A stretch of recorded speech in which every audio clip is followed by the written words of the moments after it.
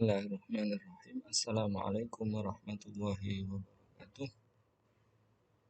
Alhamdulillah wassalatu wassalamu ala Rasulillah. Haula wala quwwata illa billahil aliyyil azim. Subhanaka la ilma lana illa ma 'allamtana innaka antal alimul hakim.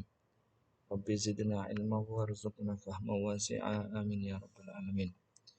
Anak-anakku semuanya, ketemu kembali. Hari ini kita akan melanjutkan pembelajaran dalam mata kuliah pendidikan agama Islam, dan insya Allah saat ini kita akan membahas tentang salah satu materi tema dari pertemuan yang ke-23. Pertemuan yang ke-23 sesuai yang ada di Sibejar. Nanti teman-teman silakan dilihat di Sibejar. Di sana dalam pertemuan yang ke-23 temanya adalah tentang politik dan cinta tanah air dalam perspektif Islam. Untuk memulai perkuliahan ini, mari kita bersama-sama membaca basmalah, kemudian suratul Fatihah. Mudah-mudahan perkuliahan yang akan saya sampaikan dapat dipahami dengan baik, dan juga yang terpenting adalah kita dapat menjalankan dan mengamalkan apa yang baik dari apa yang akan kita sampaikan. Ala hadiniyah Salihah Al-Fatihah. A'udzubillahi Bismillahirrahmanirrahim. Ar-Rahmanir-Rahim. Ihdinas siratal mustaqim alladzina ghairil maghdubi 'alaihim waladdallin. Amin. Amin ya rabbal alamin. Baik, anak-anakku semuanya, kompetensi dasar yang ingin kita berikan atau ingin kita dapatkan pada pertemuan kali ini adalah harapan di mana mahasiswa dapat memahami teori tentang politik dan cinta tanah air. Dan ini tentunya dalam perspektif agama Islam, agama kita semua. Yang kedua juga harapannya dapat menerapkan tentang materi ini nanti di dalam penyelesaian atau dalam permasalahan-permasalahan sehari-hari. Yang ketiga, juga dapat mengambil keputusan, bertindak secara tepat terkait dengan apa yang dihadapi oleh kita semuanya, oleh mahasiswa, oleh masyarakat Islam pada umumnya, berdasarkan atau sesuai dengan nilai-nilai pendidikan yang ada di dalam agama Islam. Nah, peta konsep pembelajaran ini nanti setidaknya ada membahas tentang politik dalam perspektif Islam, kemudian variasi pandangan atau ragam macam-macam dari pandangan manusia, pandangan para tokoh atau konseptor dalam bidang politik ini terkait dengan sistem pemerintahan yang ada. Kemudian juga berbicara tentang khilafah, ya, sebuah terminologi yang belakangan sering muncul ya di tengah kalangan kita. Dan juga kita nanti akan membahas tentang cinta tanah air menurut perspektif Islam. Baik, teman-teman semuanya, politik dalam perspektif Islam. Politik Islam dikenal dengan istilah siasah syariah. Secara definitif, politik itu bisa dikatakan bahwa politik adalah pengaturan atau manajerial, kira-kira semacam itu. Jadi kalau politik Islam di dalam bahasa Arabnya dikatakan siasah syariah. Kalau kita mengenal diserap di dalam bahasa Indonesia menjadi siasat gitu ya. Siasat perang, siasat mensiasati apa gitu ya. Itu siasat dalam dari bahasa Arab yang artinya adalah as-siasah. Yang ini salah satu pemikir Islam telah mengatakan Yang dimaksud dengan siasat syariah adalah pengaturan tentang urusan pemerintahan kaum muslimin secara menyeluruh dengan cara untuk mewujudkan kemaslahatan, mencegah terjadinya kerusakan melalui aturan-aturan yang ditetapkan oleh Islam dan melalui prinsip-prinsip umum syariat.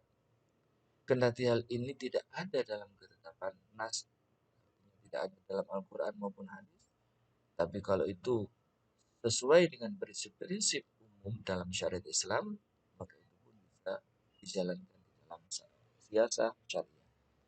Dan hanya merujuk kepada pendapat para imam mujtahidin, bukan kepada tokoh-tokoh pemerintahan yang non muslim gitu ya. Itu yang disebut sebagai siasah syariah. Secara garis besar seperti itu. Nah, di dalam eh, sejarah agama-agama sebelum Islam sendiri, kita dapat temukan bahwa setiap komunitas, setiap kaum, gitu ya, kaum, setiap kaum itu pasti di situ harus ada salah satu atau sebagian di antara mereka yang menjadi pemimpin, begitu ya, yang mengatur urusan banyak orang tersebut. Jadi itu merupakan sebuah kewajaran, gitu ya. Misalkan salah satu hadis menceritakan tentang adanya Bani Israel atau kaum keturunan dari Nabi Yakub. Itu setiap generasi itu ada pemimpin-pemimpin yang ini selain pemimpin, mereka juga berstatus sebagai nabi yang diutus, sebagai rasul. Jadi dikatakan bahwa setiap periode generasi di Bani Israel itu ada nabi-nabi yang sengaja dipilih diutus oleh Allah untuk memimpin mereka untuk mengatur perjalanan pemerintahan Bani Israel. Setelah Bani Israel itu dan berlanjut hingga Nabi Isa, di mana Nabi Isa juga dari golongan Bani Israel, di sana diketahui bahwa eh, kepemimpinan di dalam pemerintahan itu juga dapat ditemukan. Jadi dia dikatakan bahwa eh, siasah atau politik dalam sejarah agama-agama itu merupakan sebuah fenomena yang nyata, tidak hanya di dalam Islam, tetapi juga sesungguhnya dapat kita temukan, dapat kita jumpai di dalam agama-agama yang lain, agama sebelum Islam, gitu ya.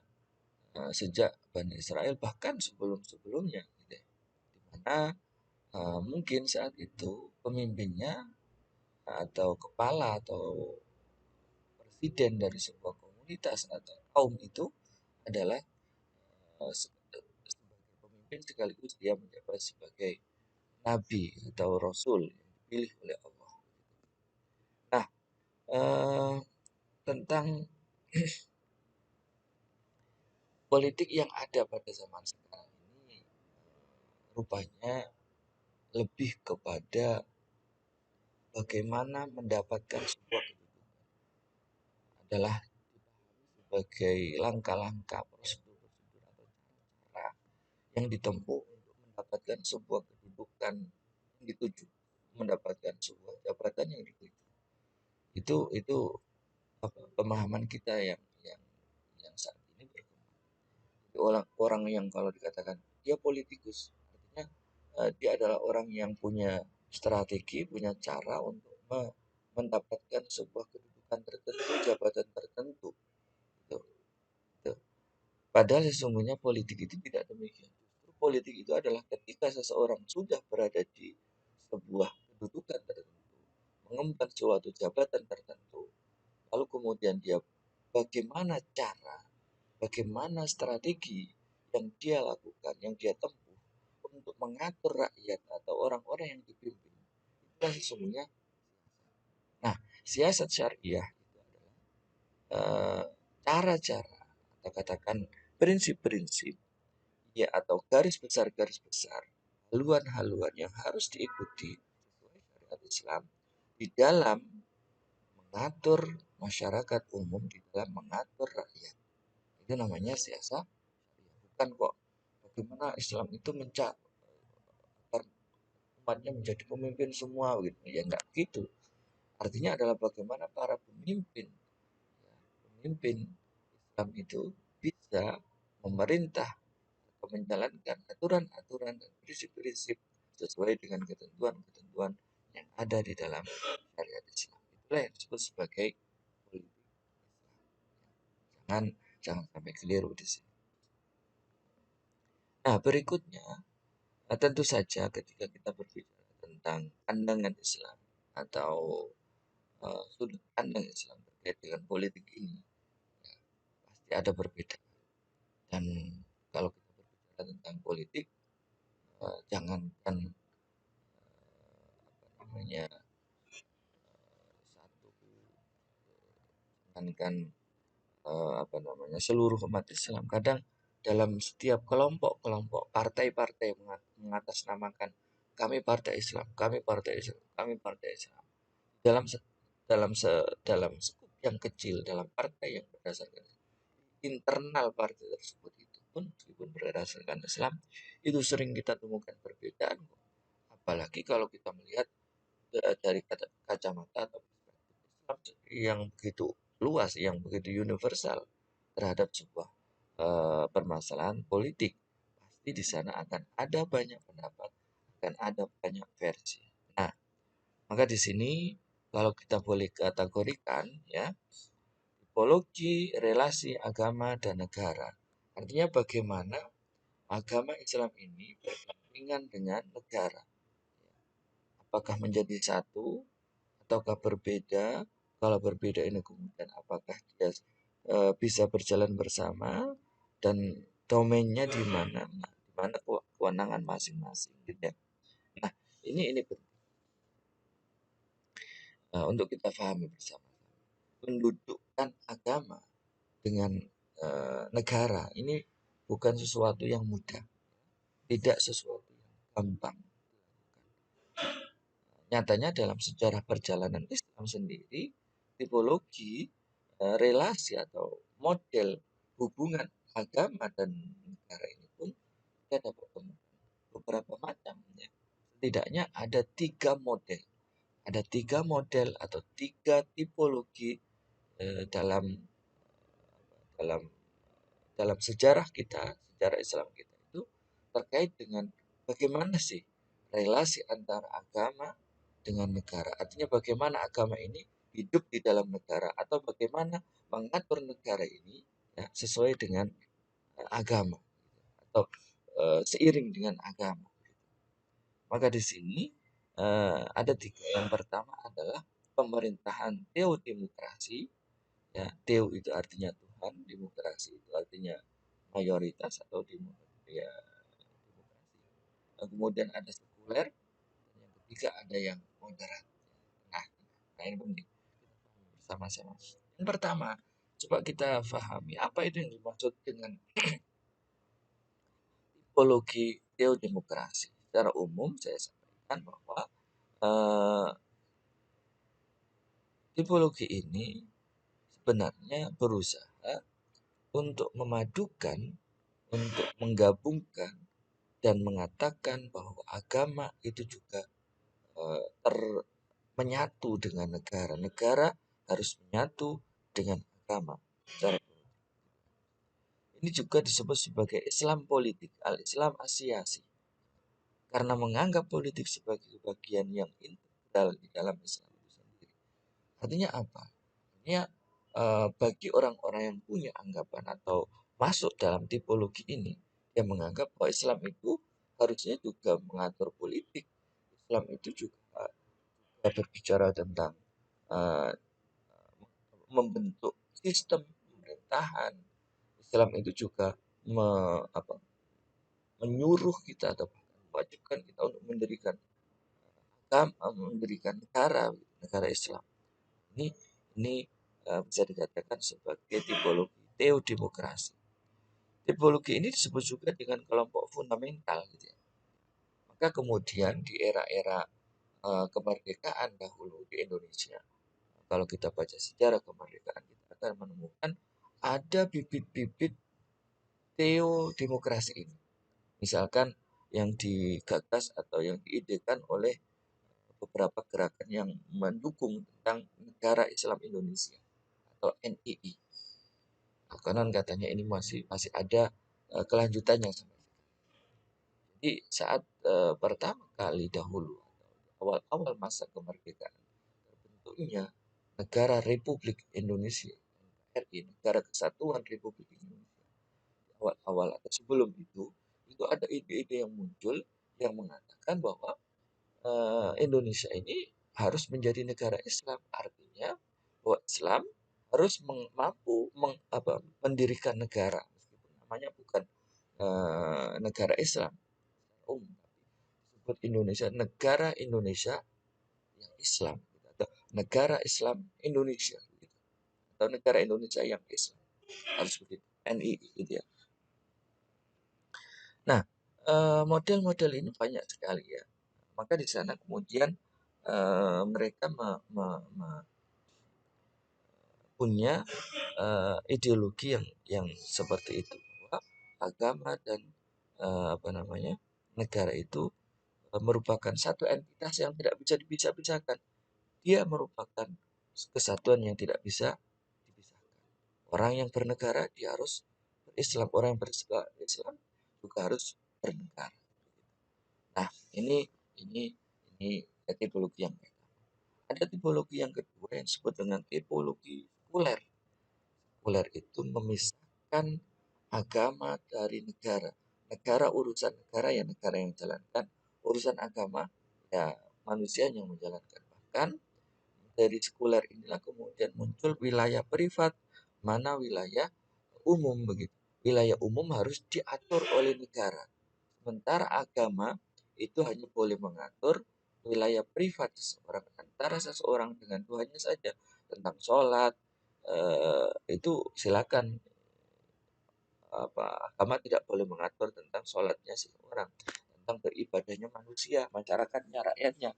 Nah, tentang dalam pandangan agama sekuler ini, semua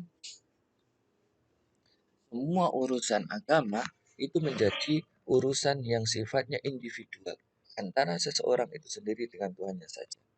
Agama tidak boleh mengatur itu. Mau mendirikan masjid, atau katakan ada orang yang mencuri, ada dosanya, itu urusan, bukan urusan kalau secara personal, maka dia adalah urusan-urusan urusan-urusan agama, bukan urusan negara. Tapi ketika dianggap sebagai urusan agama, maka itu menjadi permasalahan yang umum. Jadi yang diurusi agama itu adalah hal-hal yang menyangkut permasalahan negara, sementara agama itu hanya dikerucutkan, hanya dikhususkan mengatur urusan-urusan yang kaitannya dengan ibadah saja gitu ya.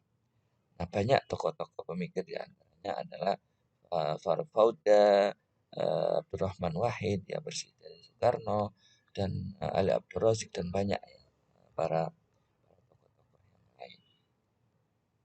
Secara umum mereka adalah kelompok-kelompok sekuler yang menyatakan bahwa agama itu wilayahnya sangat sempit sekali, tidak boleh diatur oleh negara. Negara silakan membuat aturan sendiri dan melihat bagaimana yang terbaik untuk rakyatnya. Jadi apalagi kaitannya dengan kepercayaan, negara tidak boleh campur tangan terhadap kepercayaan apapun, agamanya, mereka bebas. Negara tidak boleh menghalangi. Ini tipologi yang kedua. Yang ketiga ada yang tipologi moderat. Moderat tentunya dikatakan moderat artinya tengah-tengah, tidak yang seperti yang pertama, tidak juga seperti yang kedua. Artinya bagaimana? Nah, tipologi yang kedua inilah yang sepertinya cukup relevan gitu ya. Dalam pandangan kelompok moderat ini mereka tidak setuju dengan klaim ekstrim bahwa agama mengatur semuanya. Agama itu harus menyatu dalam sebuah negara. Artinya yang memimpin negara itu juga harus agama. Mereka tidak sepakat seperti itu. Gitu ya. Juga tidak mengatakan bahwa agama tidak membahas negara sama sekali. Tentu membahas, kita tidak bisa menafikan itu. Gitu ya. Jadi mencoba menggabungkan, mencari jalan tengah di antara pendapat yang atau tipologi yang pertama dan tipologi yang kedua. Kelompok ini antara lain misalkan Husain Haikal, Fazlur Rahman, Muhammad Araf, dan banyaknya yang berbicara yang mengatakan bahwa sesungguhnya negara dan agama bisa hidup berdampingan.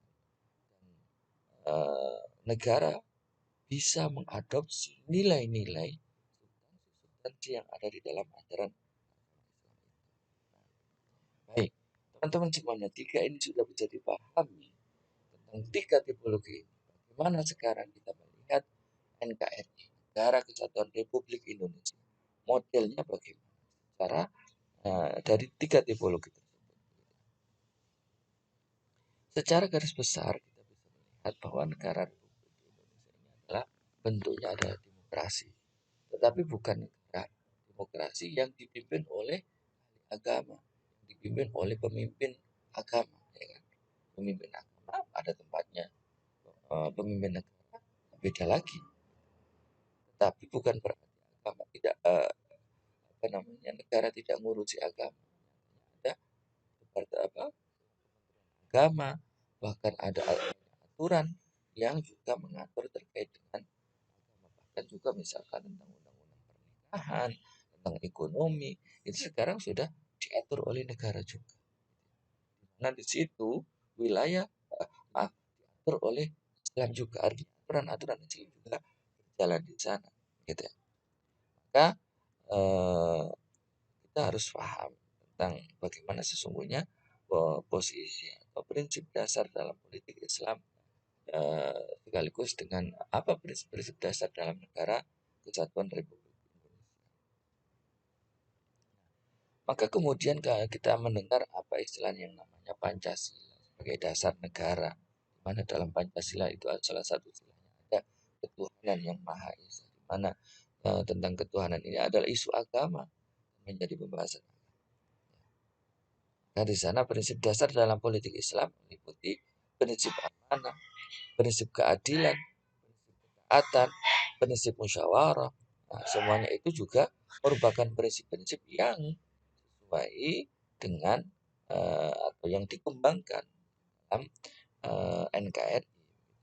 Maka tidak salah kemudian kalau dikatakan bahwa NKRI ini sesungguhnya adalah negara yang menerapkan sejumlah prinsip-prinsip yang ada di dalam politik Islam. NKRI ini adalah sebuah negara yang sesungguhnya telah atau sedang menjalankan prinsip-prinsip dasar yang ada di dalam politik Islam. Gitu. Meskipun secara tekstualnya atau tidak secara fundamental, tetapi substansial dijalankan tentang berbagai hukum, ya, di situ adalah berdasarkan kepada prinsip keadilan, pada ketaatan, musyawarah dan amanah, itu semuanya dikembangkan menjadi ruh yang hidup dalam sendi-sendi prinsip-prinsip NKRI atau dasar-dasar Negara Kesatuan Republik Indonesia. Nah, berikutnya adalah terkait dengan institusi khilafah. Nah, ini pentingnya. Kita meskipun sekarang sudah tidak ada HTI Tahrir Indonesia atau Hizbut Tahrir yang di Indonesia sudah dibubarkan dan dianggap sebagai organisasi yang menyimpang, di mana karena mereka memperjuangkan berdirinya sebuah khilafah, sistem pemerintah pemerintahan yang mengatur sesuai dengan Islam, sesuai dalam arti pemahaman mereka. Artinya mereka ingin mendirikan khilafah sebagai wujud dari politik Islam, sebagai wujud dari negara Islam. Eh, kita perlu memahami itu terlebih dahulu sedikit, bahwa yang namanya khilafah, kalau kita lihat memang dalam sejarah pasca Rasul wafat, kata-kata khilafah atau khalifah itu memang dipakai oleh eh, pemimpin pemerintahan Islam saat itu, yaitu Abu Bakar, kemudian juga ada Umar, lalu juga dilanjutkan Utsman dan Sayyidina Ali bin Abi Thalib. Mereka-mereka disebut sebagai khulafa Rasulillah, para pengganti Rasulullah SAW. Jadi kata khilafah atau khalifah itu secara bahasanya adalah pengganti atau apa ya, pengatur, wakil begitu ya. Dan ini mengingatkan kita tentang salah satu fungsi manusia diciptakan di dunia dalam versi surat Al-Baqarah ya. Mengatakan qala rabbuka lil malaikati inni ja'ilun fil ardi khalifah. Salah satu fungsi diciptakannya manusia dulu kita bahas selain sebagai Abdullah, sebagai khalifatullah. Artinya khalifah di sini adalah pengganti atau mengatur, mengatasnamakan Allah Subhanahu wa taala. Baik. Nah, eh,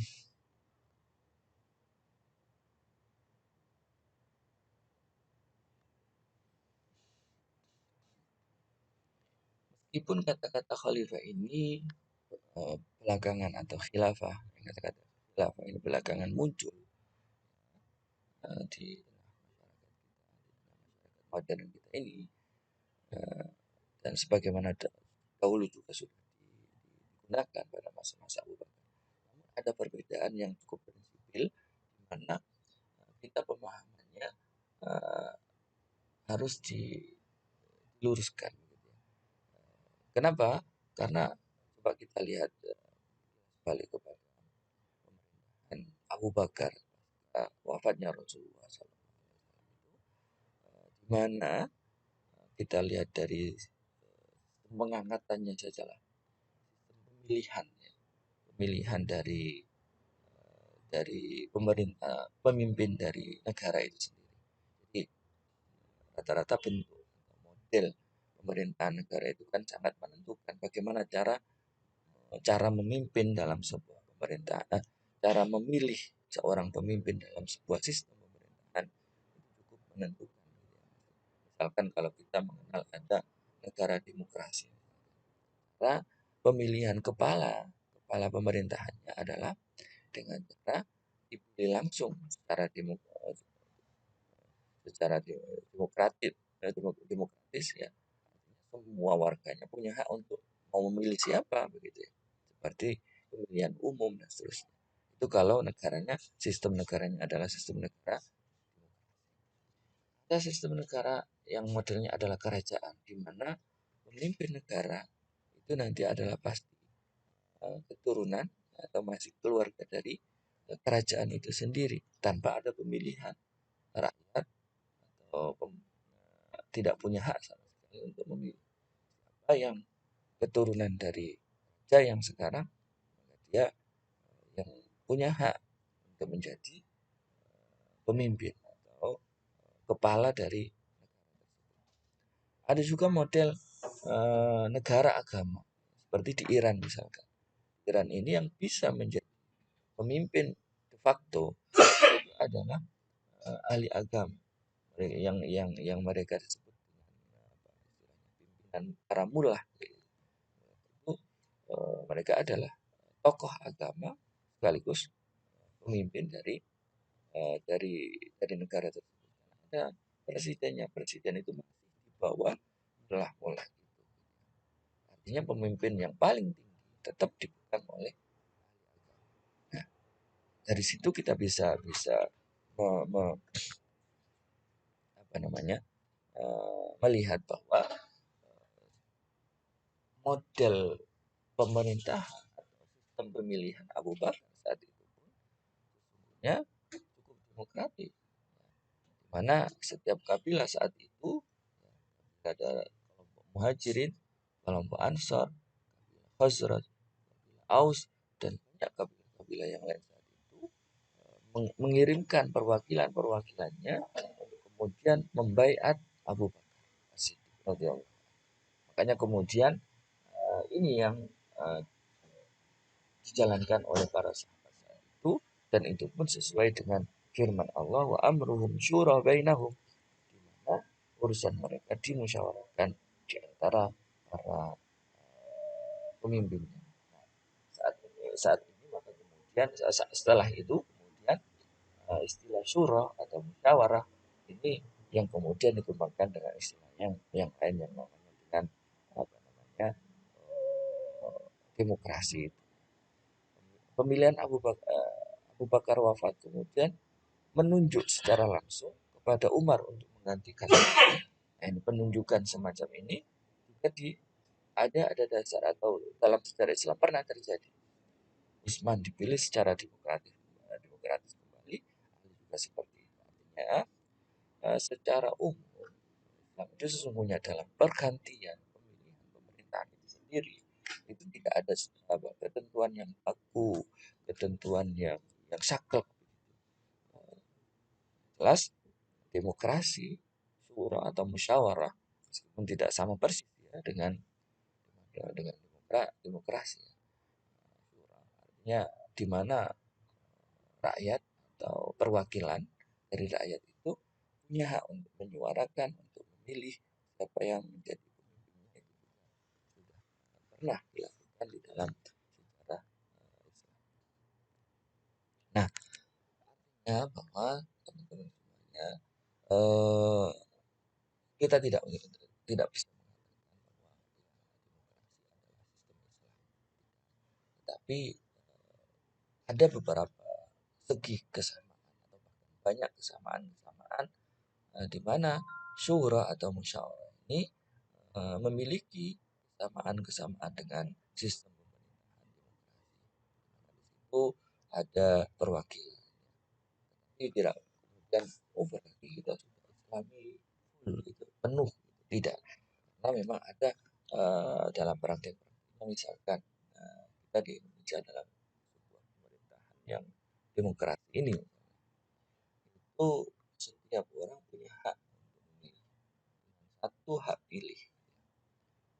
Tapi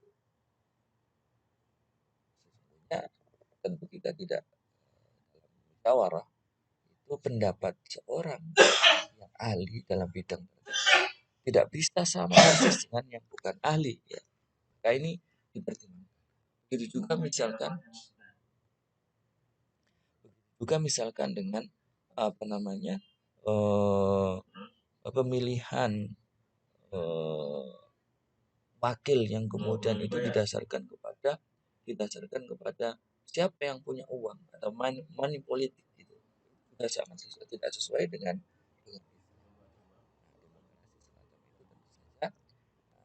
tidak sejalan dengan Islam.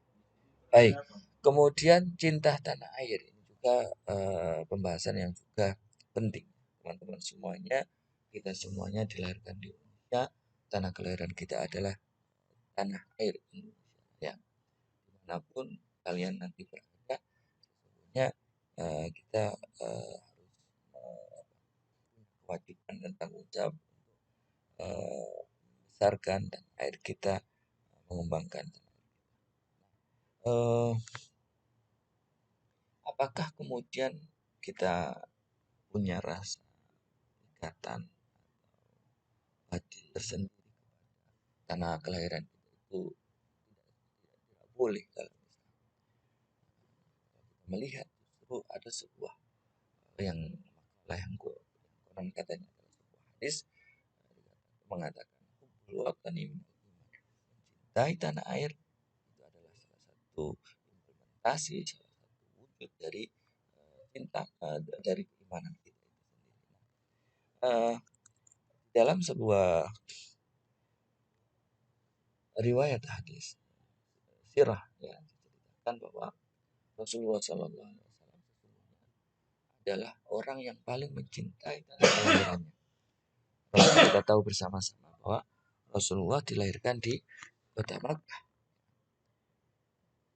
dan Rasulullah selama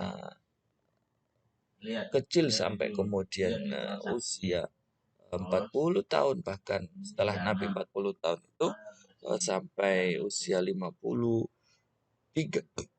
hampir sekitar 53 ya, itu menetap di kota Makkah tanah kelahirannya. Beliau tidak akan meninggalkan kota Makkah itu jika seandainya tidak diancam dibunuh oleh orang-orang Makkah. Dan ucapan dalam sejarah dikatakan bahwa saat Rasulullah meninggalkan kota Makkah, berada pada perbatasan kota Makkah, beliau mengatakan, apa kata Rasulullah? Wahai kota Makkah, sungguh aku tahu bahwa engkau adalah sebaik-baik tanah dan engkau adalah tanah yang paling aku cintai dan cintai oleh Allah Subhanahu wa taala. Seandainya kaum Makkah tidak mengeluarkanku, tidak membunuhku, tidak ingin membunuhku, aku tidak akan meninggalkanmu. Ini ungkapan seorang nabi yang di dalam hatinya tumbuh ada rasa mencintai dan yang begitu besar. Kita pun demikian. Nyaman-nyamannya kita hidup di negara orang lain, di tempat orang lain, kita akan lebih nyaman jika kita tinggal di negara kita sendiri, di tanah kelahiran kita sendiri.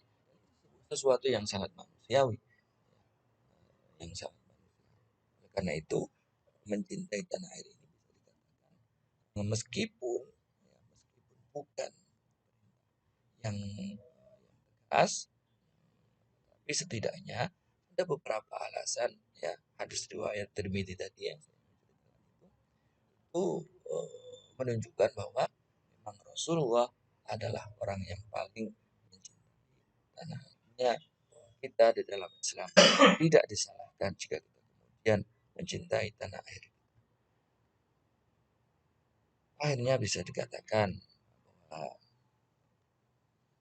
dalam pandangan Islam, politik dan cinta tanah air adalah hal yang harus dipahami umat muslim secara baik agar hidupnya lebih agar hidupnya lebih mengarah dan dapat kembali menjadi muslim sesungguhnya.